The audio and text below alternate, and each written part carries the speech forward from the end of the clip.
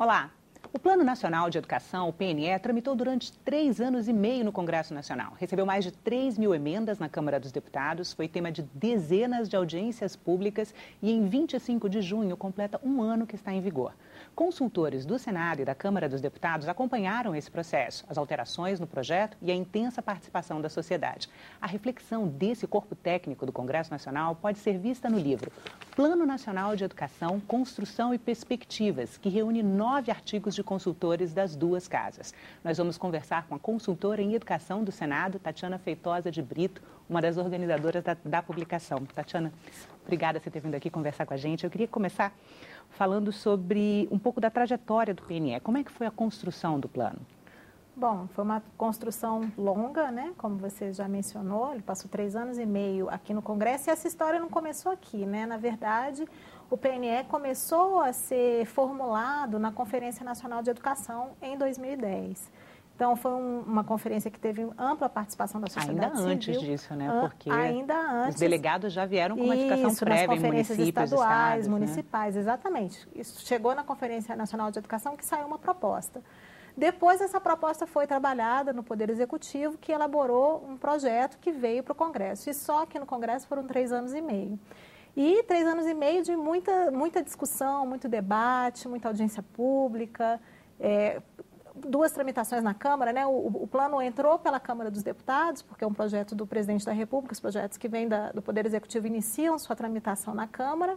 Foi alterado profundamente, né? Foi aprovado um substitutivo na Câmara, esse substitutivo veio para o Senado, aqui nós tivemos mais 1 ano e pouco de debate e aí voltou para a Câmara para a revisão final. Então, foi um processo longo. Como é que foi acompanhar esse processo de dentro do Legislativo? Bom, eu acho que para nós, do corpo técnico do Congresso, né, que acompanhamos a área de educação especificamente, foi um aprendizado muito grande, né, porque nós todos nos vimos na oportunidade de estar trabalhando talvez com a matéria mais importante aí dos últimos anos para a educação brasileira, né?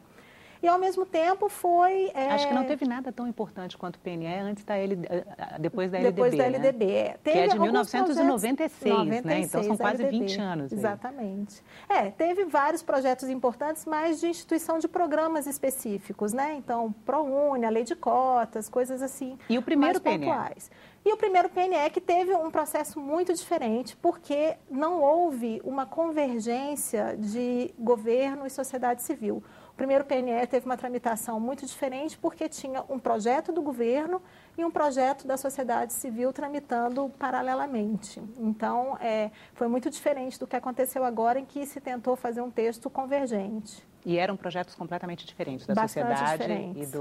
E valeu o do governo? Não, houve alguma negociação, né, no processo de tramitação, algumas mudanças foram implementadas, mas era um plano também muito mais tecnicista, digamos, né? Ele era muito detalhado, um número muito grande de metas e estratégias, né? Poucos instrumentos de monitoramento.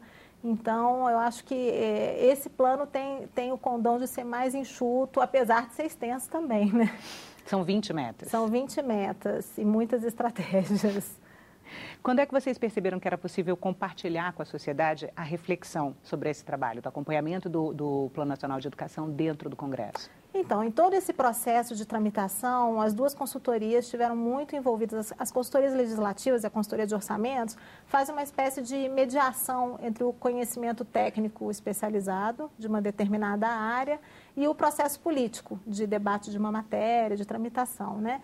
Nós tínhamos todo esse envolvimento no debate do PNE que gerou muita reflexão, muitas notas, muitos estudos. Quando o PNE foi sancionado em junho, a gente estava com esse material na mão. E aí pensamos, bom, vamos tentar reunir e jogar isso, compartilhar isso com os interessados no tema, né? Já eram reflexões anteriores à própria aprovação mesmo do que fomos PNE. Construindo no processo, né? Algumas coisas depois, né? A gente também trabalhou um pouco com o que aconteceu na sanção, ninguém sabia quando o plano foi aprovado no Congresso, foi aquele suspense, será que ele vai ser sancionado na íntegra, será que alguma parte vai ser vetada? E ele foi sancionado na íntegra. A gente conversou aqui no primeiro turno das eleições do ano passado. Isso. E você confessou o temor em relação a alguns vetos, né? Isso. Mas acabou não acontecendo, né? O plano foi sancionado na íntegra. E como é que foi o trabalho de organização? da publicação? Foi um trabalho em parceria da Câmara e do Senado, né? Nós temos nas duas casas um corpo de consultores dedicados ao tema de educação. Nós elegemos algumas metas, infelizmente não deu para fazer sobre as 20 metas, por limitação mesmo de pessoas que pudessem se dedicar a isso, porque o trabalho de reflexão sobre o PNE corria em paralelo aos outros trabalhos legislativos que a gente estava fazendo aqui, né? Acompanhamento de outros projetos. De outros projetos, as comissões de educação, as audiências públicas de outros temas que continuavam acontecendo, né? Então, a gente fez esse trabalho em parceria, cada um se dedicou com mais afinco, mais aprofundamento a um determinado tema e reunimos nessa publicação, que tem também a íntegra da lei do PNE e dois quadros que eu acho que são muito interessantes para quem quiser acompanhar o cumprimento e monitorar o andamento do plano, que são os quadros de metas intermediárias, porque o plano tem uma duração decenal, mas várias metas têm prazos intermediários, prazos mais curtos, daqui a 5 anos, daqui a 2 anos, daqui a 1 ano, que já está aí batendo na porta. A gente tem uma meta importante, que é a elaboração dos planos estaduais e municipais, que é 25 de junho deste ano. Né? Pois é, que seria no primeiro ano, né? Também a Lei de Responsabilidade Educacional, uma meta prevista para o primeiro ano de vigência do PNE.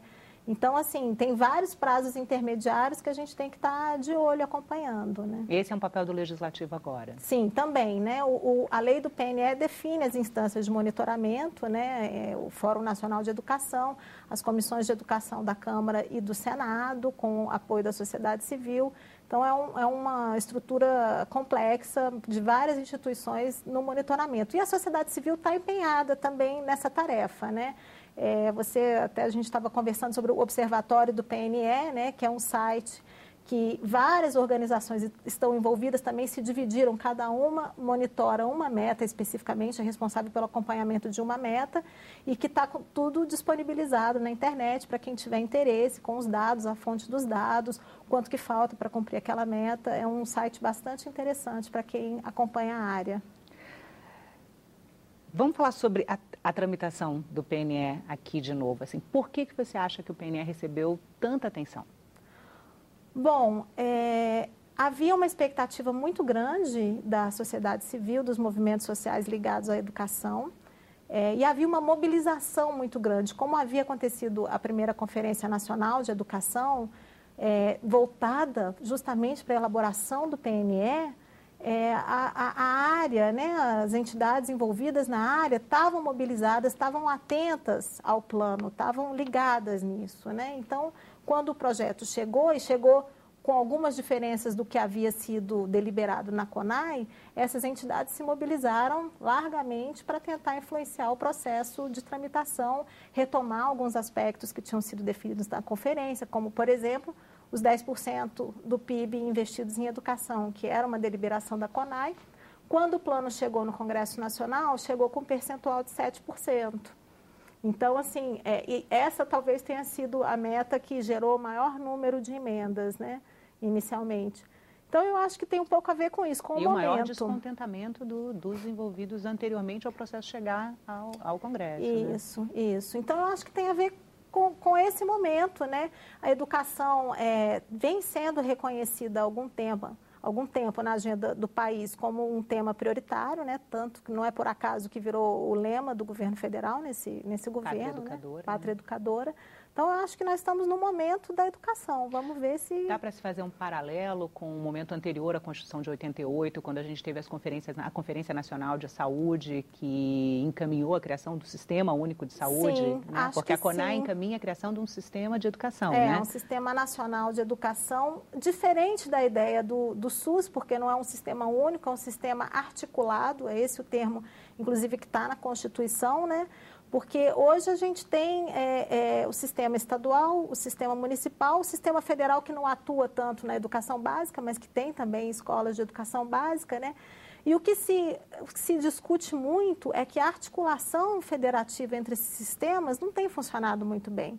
Não só em termos de participação financeira, né, praticamente um consenso entre os estudiosos da área que a União deveria participar mais ativamente do financiamento da educação básica, por exemplo, né, mas também no sentido de repartição de competências, de atribuições mesmo. Até que ponto essa separação tão grande entre o sistema municipal e o sistema estadual, às vezes operando na mesma cidade, né? Você tem a escola do estado, a escola do município, faz sentido? Será que não teria mais sentido a gente falar do sistema público de educação como um todo, de uma maneira articulada? Mas isso se fez com o sistema de saúde também, né? Você tinha o hospital municipal, o hospital estadual, e as pessoas nunca sabiam onde elas podiam realmente ser atendidas. Né? Eu acho que hoje a gente não está discutindo unificar. De que forma a gente articula repartindo as responsabilidades, né? Mas a minha dúvida é em relação à capacidade de articulação e mobilização do setor de educação, né, das entidades que trabalham com educação, em relação às que trabalhavam com saúde em 88. Você acha que chegamos perto na educação do que foi a mobilização na saúde? Acredito que sim. Tem muita gente mobilizada, acompanhando, né? A gente viu isso aqui no Congresso de uma maneira muito intensa nesses 3 anos e meio. A participação dos grupos que estavam mobilizados e interessados. Sim, a participação, a incidência, né? Eles costumam usar o termo de incidência política, né? Incidência na tramitação do PNE. Foi bastante forte. É justamente isso, essa mobilização, o trabalho de convencimento dos parlamentares, mostrando o engajamento das pessoas, as razões. É toda uma mobilização técnica, porque você tem que trazer argumentos e razões, e política, né, que legitima as posições que você está trazendo para o parlamento. E que conseguiu sensibilizar o parlamento, né? Sim, eu acredito que sim. Porque alterou significativamente o projeto que chegou do Executivo. Sim, o projeto que saiu é um projeto bem diferente do que o que saiu, o que veio do Executivo, né? E, de certa forma, também é um projeto que acomoda muitos interesses. A gente sempre fala entre nós, né, na consultoria, que quando as pessoas criticam o PNE, bom, o PNE também tem que ser entendido como o texto possível, dada aquela conjuntura, né, de atores incidindo no processo, né, a correlação de forças entre os atores, né, e todo o processo político. Então, às vezes, o processo legislativo, às vezes, tem isso. Você não chega, muitas vezes, no ideal, você chega no texto possível, onde há uma convergência. Você fala no melhor texto possível. Onde há uma convergência de posições.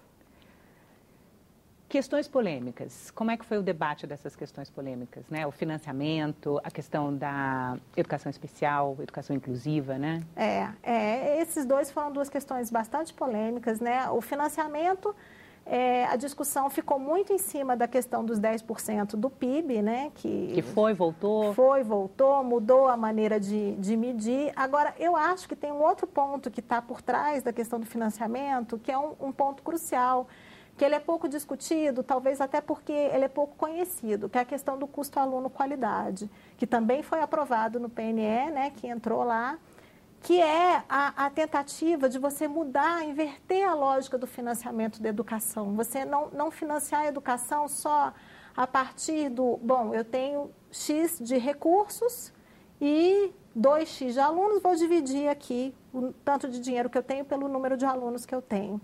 A lógica de você pensar num custo aluno-qualidade é você pensar, bom, quanto custa eu oferecer uma creche de qualidade, uma pré-escola de qualidade, um ensino fundamental de qualidade na área rural, na área urbana, um ensino médio de qualidade? Primeiro vamos fazer essa conta de quanto custa, depois quanto a gente vai cursar essa etapa, e aí quanto dinheiro eu preciso. E aí, claro, muito provavelmente a gente não vai ter agora o dinheiro que a gente precisa. A gente precisa primeiro definir o que é uma educação de qualidade para definir como é que a gente vai. Exatamente, né, fazer essa é outra polêmica. O que é a educação de qualidade? Ela é medida a partir dos insumos, né, do professor, da infraestrutura, do material que os alunos têm, ou é medida exclusivamente a partir do resultado que os alunos vão ter numa determinada avaliação, que é o que às vezes vem sendo defendido. Então, isso também é polêmico. Como é que a gente vai medir isso? Então, no financiamento, eu acho que teve essa questão. Na educação especial, a polêmica girou muito em torno da questão da inclusão, ser como a única opção para os alunos com deficiência, a inclusão na escola regular, ou se deveria se manter um atendimento educacional especializado alternativo à escola regular. E aqui é importante também perceber que não se colocou o atendimento educacional especializado não se criticava como um complemento. Pelo contrário, mesmo quem defende a inclusão, defende o atendimento educacional especializado como um adicional à escola regular. O que estava sendo muito polêmico é se todo mundo deveria ser incluído na escola regular e frequentar o atendimento educacional especializado no contraturno, ou se não, tem alunos que devem frequentar só uma escola especial, dedicada a alunos com deficiência. Ou só uma escola regular inclusiva. Só a escola regular inclusiva não é muito defendida. As pessoas reconhecem que os alunos com deficiência, em geral, vão frequentar a escola inclusiva e talvez requeram um atendimento educacional especializado que pode ser realizado dentro da escola inclusiva, claro, mas que vão precisar de alguns recursos, alguns apoios no atendimento educacional especializado. Isso foi uma polêmica grande, é uma polêmica que envolve não só movimentos sociais e grupos que trabalham com isso na esfera técnica, acadêmica, mas famílias. É onde a gente vê as famílias mais presentes na discussão de educação, né? As famílias estão organizadas e participam das audiências públicas e trazem muitos casos concretos para serem discutidos, né? E o parlamento acabou optando por uma redação um pouco ambígua, que deixa uma margem de opção maior para as famílias, né? Embora a opção pela inclusão na escola regular esteja consolidada em documentos internacionais que o Brasil já firmou, né? E tem sido a opção preferencial do Ministério da Educação também.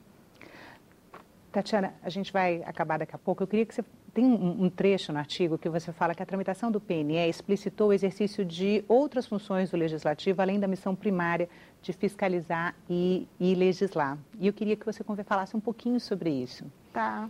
Isso eu acho que é bem interessante, né? A gente viu aqui no parlamento, muitas vezes as pessoas cobram do parlamento a feitura de leis, né? A legislação como sua única função, ou talvez aqui devesse preponderar.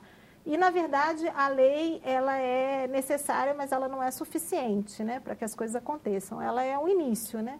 E a gente viu nesse processo do PNE que o parlamento foi uma arena de mobilização muito grande da sociedade. Ele trouxe para dentro do parlamento muita gente envolvida no tema. E isso foi a função de mobilização, que eu chamo de função de mobilização. E essa mobilização gerou a legitimação de algumas posições que foram cristalizadas no PNE. Então, eu acho que isso é interessante para a gente ver que, às vezes... O parlamento é um espaço possível de legitimação. É um espaço, certamente, de participação, claro. Legitimação, mobilização. Eu falo porque as manifestações recentes, elas contestam muito, né, o papel mas a do gente parlamento. vive numa democracia representativa, né? A gente, claro, eu não acho que a gente não possa pensar em ampliar as formas de participação direta, mas nós vivemos numa democracia participativa e o parlamento é onde essas demandas e onde os atores se mobilizam e convergem e confluem para um texto, né? Bom, a gente conversou basicamente sobre o seu artigo no livro, tem mais 8 artigos que falam de várias outras metas, né, do PNE, educação integral, expansão da educação básica regular, enfim. Gestão democrática nas escolas. Educação profissional, financiamento, temos 2 artigos, São 2 sobre artigos sobre financiamento. Formação de professores, acho que são esses. Enfim, Tatiana, muito obrigada pela entrevista. O Cidadania conversou com Tatiana Feitosa de Brito, uma das organizadoras do livro Plano Nacional de Educação, Construção e Perspectivas. A publicação está disponível para compra nas livrarias da Câmara dos Deputados e do Senado e também para download gratuito nas bibliotecas digitais das 2 casas. Para mandar críticas e sugestões, você pode ligar para 0800 61 2211 ou acessar www.senado.leg.br/tv. Obrigada pela atenção e até a próxima.